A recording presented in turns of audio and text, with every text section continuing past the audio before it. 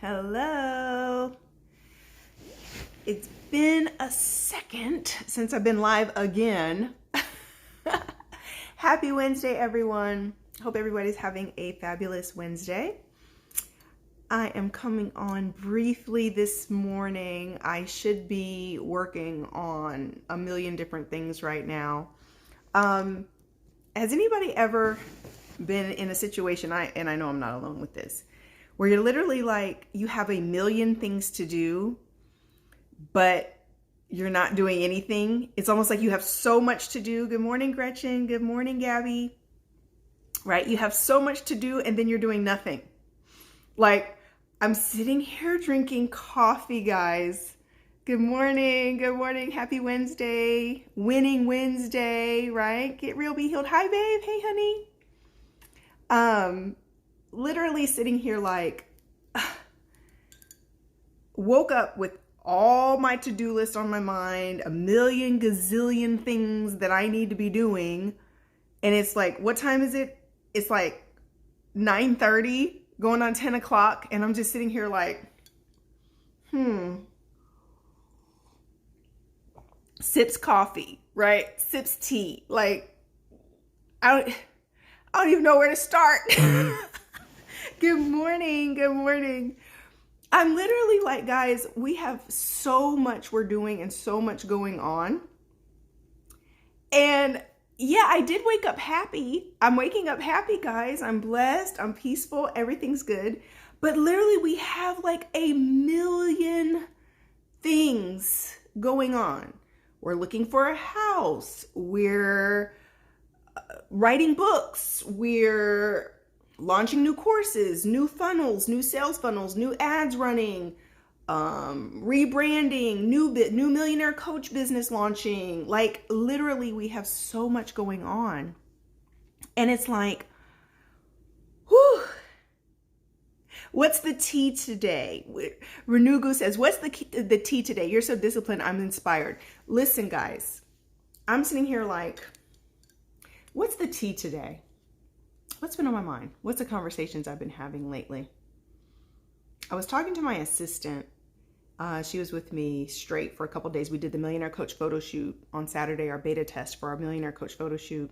Not Saturday, Monday. I'm losing track of days, guys. And we were having a lot of conversations. Lady Gabby says, Rebecca, I don't know what the topic is today, but what you said about getting our financial life together was fire. Thank you, sweetheart, right? Drawing Newport today, what's today's topic? So if I have to say a topic, guys, that is kind of been a topic of conversation behind the scenes with me, my assistant, some of the coaches, just in listening and throwing some things around. Okay, I went to breakfast with my son yesterday morning. I was exhausted after our photo shoot. Went to breakfast with my son. We're having a conversation. He says, Mom, you know, I really hate that my son is 18. And he says, I hate that I'm part of this generation. He's like, this is what I really hate about my generation, is that our perceptions and expectations of relationships is so ridiculous. He says, we're so lost when it comes to relationships. And I just saw a post from The Game, and he said, men are dating women for bodies and women are dating men for their pockets. And then we wonder why everything is so far left and so crazy, because everything is so superficial. This is from The Game. I'm going to tag him in this video. And my son was in essence saying the same thing. He's like, Mom, men's expectations of girls, men's expectations of women now in my generation and vice versa is so screwed up that I don't know that there's going to be a whole lot of people who fall in love from my generation. He's 18. I don't know what is that generation, guys? What's 18 right now? It's not millennials. What's underneath millennials, guys? Sweet Sparkle Galore. I reposted that by The Game. So true. And The Game makes some really great posts about relationships, guys. He really does. He has, he's just keeping it real about what's going on and what he sees, and especially because of social media. Gen Z, Life of Nisi, Gen Z. Thank you. So my son is Gen Z. And my son says to me at breakfast, he said, Mom, you just don't see a lot of healthy relationships like you and Cap. He calls Carrie Cap, Carrie A. Pope Cap. And he says, you just don't see relationships like you and Cap. He says, you don't see healthy, loving relationships, right? You don't see that. And I said, well, babe, I don't really see that a lot in our generation either. It's not just Gen Z, guys. It's a lot of, even our older generations, we're not seeing a lot of truly healthy, happy relationships, right? And that has a lot to do with the times we live in, but it has a lot to do with the fact that most people are not healed. Most people are not happy. Most people are not, doing the work that it takes to be happy. We're in the Work Masterclass, week 2 of the Work Masterclass right now. And last night's class was module 2 is on self-awareness, emotional self-awareness. And Carrie put some statistics in the workbook that said approximately, they estimate that only 10 to 15% of the population is self-aware. 10 to 15% of the population. So 85% of people are not emotionally self-aware. And what that means is that 85% of people are going through life unaware of their emotions, unaware or tapped in to any greater understanding of who they are, where they're going, their goals, why they feel the way they feel, why they think the way they think. I mean, let's stop and really think about that statistic for a second, guys. 85% of the population is not emotionally self-aware, which means that almost 9 out of 10 people do not know why they do what they do. They are not intentional about anything, right? Not intentional. They don't have any direction in life. They're just reacting. They're reactive to everything. They're not proactive about anything. I mean, really stop and think about what emotional self-awareness is. Emotional self-awareness, exactly, Psycho Seuss, zombies walking around. You've got 85% of the population is literally just zombie walking through life. Mazza says, hi, just joined. What's the topic? I'm kind of just talking this morning, Mazza. I didn't come on with a particular subject this morning, but if I had to name it, I guess we're going to talk about emotional self-awareness, which could really be connected to emotional IQ, right? If you don't have emotional self-awareness, you also don't have high emotional IQ, high relationship IQ. You're not in watching and being able to analyze and look at other people and be able to really discern, understand. If you don't understand you, if you don't understand what makes you tick, if you don't understand your motivations, your traumas, your triggers, your pain, the stuff you need to work on, your personality type, if you don't understand what literally makes you tick, it's very difficult for you to understand what makes other people tick. Lady Gabby says, OMG, I'm sharing this with my personal trainer. She's literally always preaching this, right? And so when my son and I were having our conversation at breakfast yesterday morning, I said, one of the biggest, I think, aspects of a healthy relationship is it's not really, because in order to be able to understand your partner, you also have to be able to understand yourself. What is being a good partner? So here's what I've come to understand in a very mature, healthy, loving marriage and relationship. I have to understand that Carrie is not me. I have to know Carrie's issues. I have to understand his fears. So not only do I have to understand me and be in touch with what makes me tick, my issues, I'm working on my triggers, my pain, the stuff where I need work, right? I'm having to work on that stuff for myself, but I also have to be able to be in touch and understand and empathize Carrie's issues, his problems, his areas of struggle, his triggers, right? I have to be able with compassion and sensitivity understand some areas where he might still be a little sensitive because he's healing in that area. I know what you've been through. I know what you've survived. I know what someone put you through. So guess what? I'm going to support you in your healing, support you in your growth, but I'm also going to be gentle with you, patient with you in these particular areas because I understand this is where you're doing some work, right? This is where you're doing some work. This is where I've got to be sensitive, patient, understanding, supportive, right? Still helping you to be accountable, still help, but am I going to be just kind of walking and trotting and stomping all over real sensitive areas? Am I going to be doing things that trigger him because I'm not being sensitive or thinking about him, right? In the areas where I've got to be gentle. There's certain areas in relationships where you got to be gentle. Yes, you have tough love, but at the same time, there's areas where you've got to show patience and be gentle, right? And Get Real Be Healed says, and you can only be gentle and patient with someone else when you're able to do it for yourself. Amen. Right?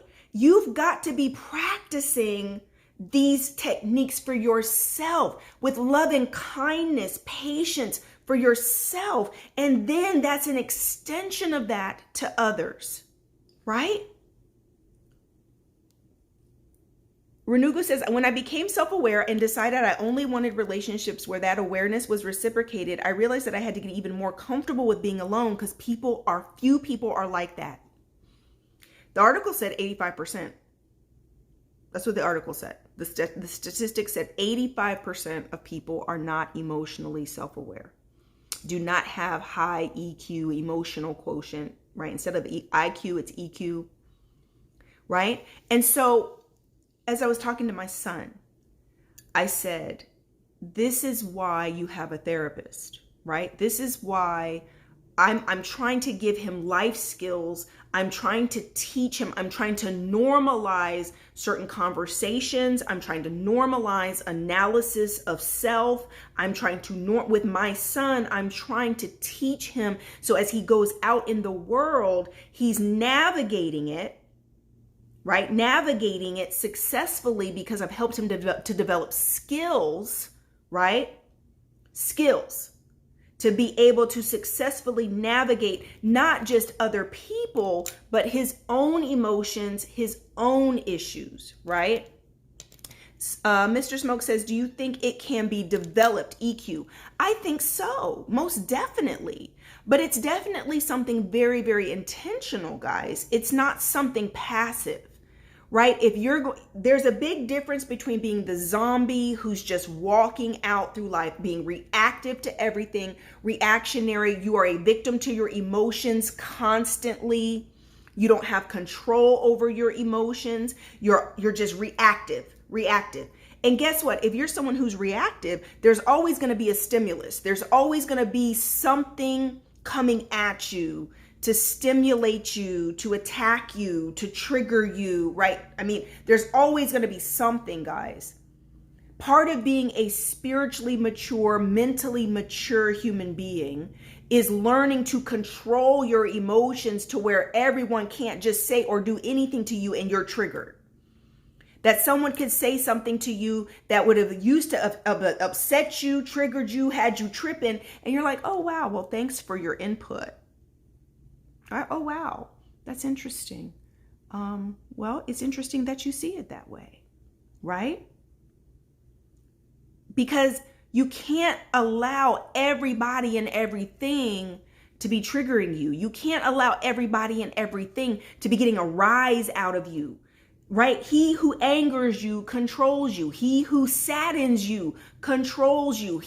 So we got to deal with the emotions and the underlying issues so that you're not walking around constantly being triggered by the simplest things, that you're not even able to navigate a day in your life without being triggered by the song, by the comment, by the compliment, by the whatever, right? that's interesting, right? Or that's very interesting. Wow. And some of you have too many people that you have allowed access to you. We've been teaching on this in the Work Masterclass as well, about keeping boundaries around people and around people, limiting access to yourself. You can't just be wide open to where anybody and everybody has access to you. Why? Because back again to our statistic, 85% of people are not healed. 85% of people, guess what self-awareness is? Let's help define that a little bit. Self-awareness is directly connected to healing. Because unless you become self-aware in order to really take an inventory of self, to understand yourself, you can't heal. You can't heal what you don't understand. You can't heal what's being denied. You can't heal what you don't even know exist. Okay? You can't heal what you don't know. So self-awareness is directly connected to healing, because as things you become aware, right? Aware. Wow, I'm triggered by criticism. Why? My mother verbally abused me. My mother emotionally abused me. I'm triggered. I'm easily triggered by someone critiquing me, or even if I perceive it to be critique. They may not even be critiquing me, but through my lens of pain, through my pain goggles, whenever somebody even has anything to say to disagree with me, it feels like criticism. It feels like rejection. It feels like what my mother did. And I'm going to perceive it, right? Perceive it to be rejection. Perceive it to be criticism. Perceive it to be degrading me. Perceive it, right? Even if it's that. Because do you understand that your mind is filtering every stimulus, every circumstance, everything that's coming in? Your mind is filtering it through your pain, through your experiences. So it takes every piece of data, every piece of incoming information, and is filtering it and trying to catalog it according to what you already know. Which is why it's so dangerous when you take very strong stances and opinions, feeling like you think you have things figured out, but it's based on a very limited amount of data and experience. You may have had one experience like this, but now you begin to filter everything through that experience filter. And all men become like this, and all women become like this, and no, that's a bad, and no, that's good. No, that one experience gave you that. Right? But it's human behavior literally. And as you're getting older, it's more and more cataloging, more and more experiences. But guess what? You keep having a lot of the same experiences because you keep cataloging things. Right? Cataloging things according to your previous experiences.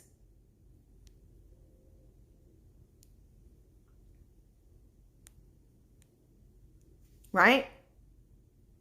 So now, and this is why social media can be so toxic. Because guess what? The algorithms are picking up what you think, your opinions, your feelings in a moment. You go into Google, you go pull up women are da da da da da, men are da da da da da, life is da da da da da. You're looking up articles, you're looking up something on a specific topic, but you're looking at it through the lens of pain or something you're going through, and you're taking a stance or an opinion. Now the algorithm picks that up, and guess what it's going to keep showing you? It's going to start recommending and showing you more and more stuff that validates or points in the direction of what you're interested in.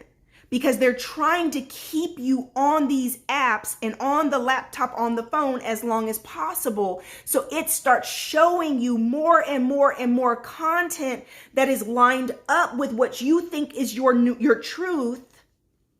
So you're going to get articles, you're going to get Facebook groups, you're going to get YouTube channels, you're going to get YouTube videos, you're going to get recommendations, ads on Instagram, you're going to be on Facebook scrolling, and it's going to be more and more and more and more validating whether you're right or wrong. You're going to think you're right because here comes all this support and content and community of people. But it may just be a whole community of people who are wrong, who are triggered, who are hurting. Ouch. This is one of the biggest problems with social media, is because the algorithms are trying to keep you on so they can show you ads in order to sell you more stuff. So in order to keep you on our platform, we're going to feed you stuff you are interested in, you want to see, you want to read, you want to watch. Which means, right, that self-esteem, self-love, listen, it means that literally you're putting your life in the hands of these apps, right? Because it's literally shaping your perspective of self and of the world, because you now can go down the rabbit hole. And if you don't stop and analyze, right? Which keeps, and Get Real Be Healed says, which keeps people more and more unaware. The less self-aware you are, the more you drink the social media Kool-Aid. That's right. Because you start going down these rabbit holes, and then you're surrounded by other people who are there and that make you feel validated, make you feel right, make you feel good for your perspective, your opinion, whether or not that opinion is serving you and helping you to live abundantly or not. You're just not alone, but you're now, as a group, you've got a community of miserable people.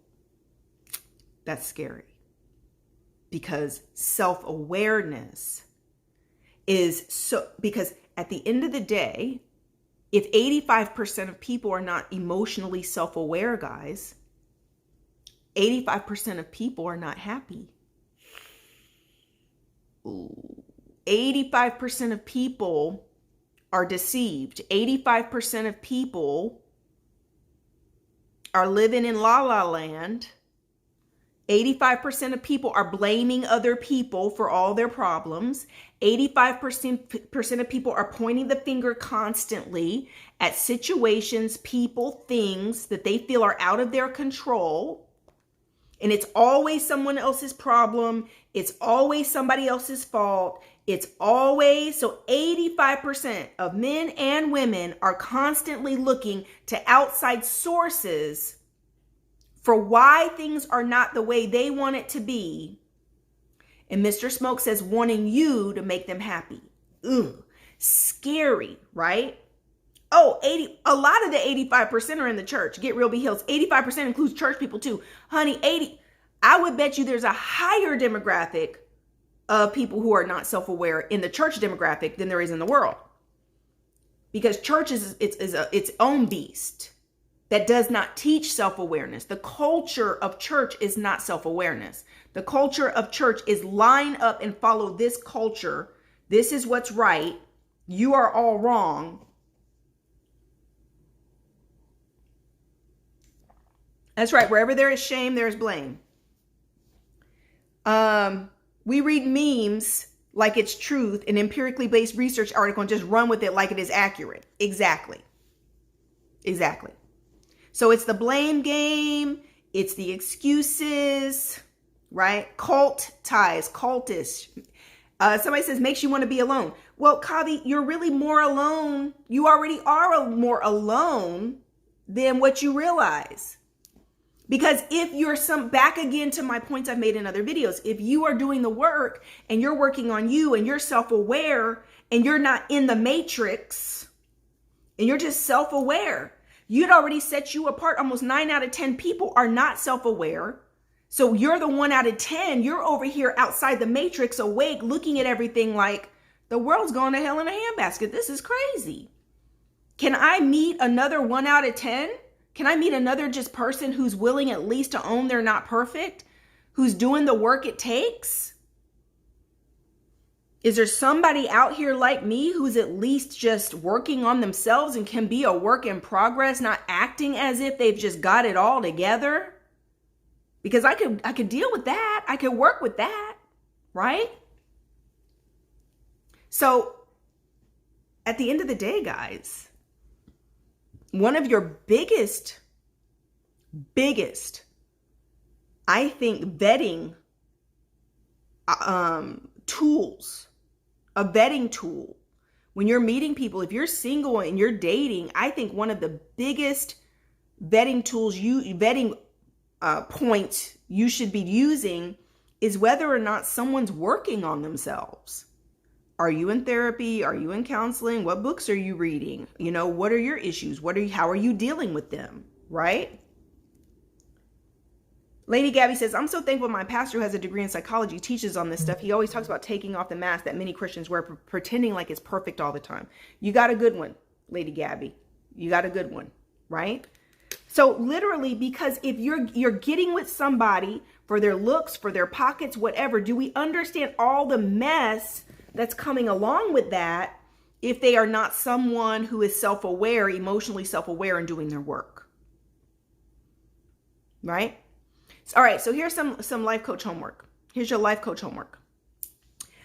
Your homework is to sincerely get quiet and ask God in meditation and quietness to show you some things that you don't know about yourself. This is your homework. This is your homework, right? This is your abundant life homework. I want you to get still into a place of quietness and meditation and ask God to show you what you don't know about yourself. Say, God, show me some things I don't know about myself. Okay? Now, it's not going to come in that moment. But as you ask, doors are going to begin to open to give you a view, right? Give you a view, to open you up, to get some feedback on where you're at, what's going on with you, some things that you don't know about yourself. And when the feedback comes, guys, don't ignore it, okay? As God reveals to you some things you don't know about yourself, don't ignore it. This is when it's time to take action. Kavi says, OMGG, I love it, right? Like, ooh, I'm scared. Don't be scared. This is crucial stuff. You want to be part of the 80, you want to be part of the 15%. You want to be part of that 1 out of 10 who is self-aware, right? Who's self-aware. Get still, ask God, reveal to me just a few things I don't know about myself. Show me some things about me that I don't know. And I guarantee you what's going to happen is you're going to open up Facebook one day and there's just going to be something at the top of the feed that's a book, that's a post, and you're going to be like, ooh. Gretchen says, I'm sorry, can you repeat that again? I'm a slow learner, shaking my head, taking notes. You're going to go into meditation and stillness, Gretchen. And in stillness, you're going to ask God, please show me some things about myself that I don't know. That's the question for God. God, show me a few things about myself that I don't know. Okay? This is your self-awareness exercise. This is your homework. All right? I'm giving you guys some homework. All right, do your homework. All Things Caden says, God just revealed to me over the weekend that I was raised with a narcissistic parenting style and that it led me to narcissistic mentors, relationships, and spiritual leaders. Cadence, that's a real revelation. And that will change your whole life right there, Cadence, right? It really will. When you begin to realize that you were raised, and so all your goals, all your influences, all your mentors, everything have been geared in that direction. Ouch, right? And that has affected your self-esteem, your self-love, your habits, your mindset, your thinking, your thought process, how you think, how you process. That's affected everything. Most definitely, love. And start digging into that more and more. All right, so do your homework. I love you guys. Mwah. Blessings and abundance. I'm going to try to go tackle some of my to-do list. Pray for me. I have too much to do. All right, guys. Love you. I'll talk to you soon. Bye.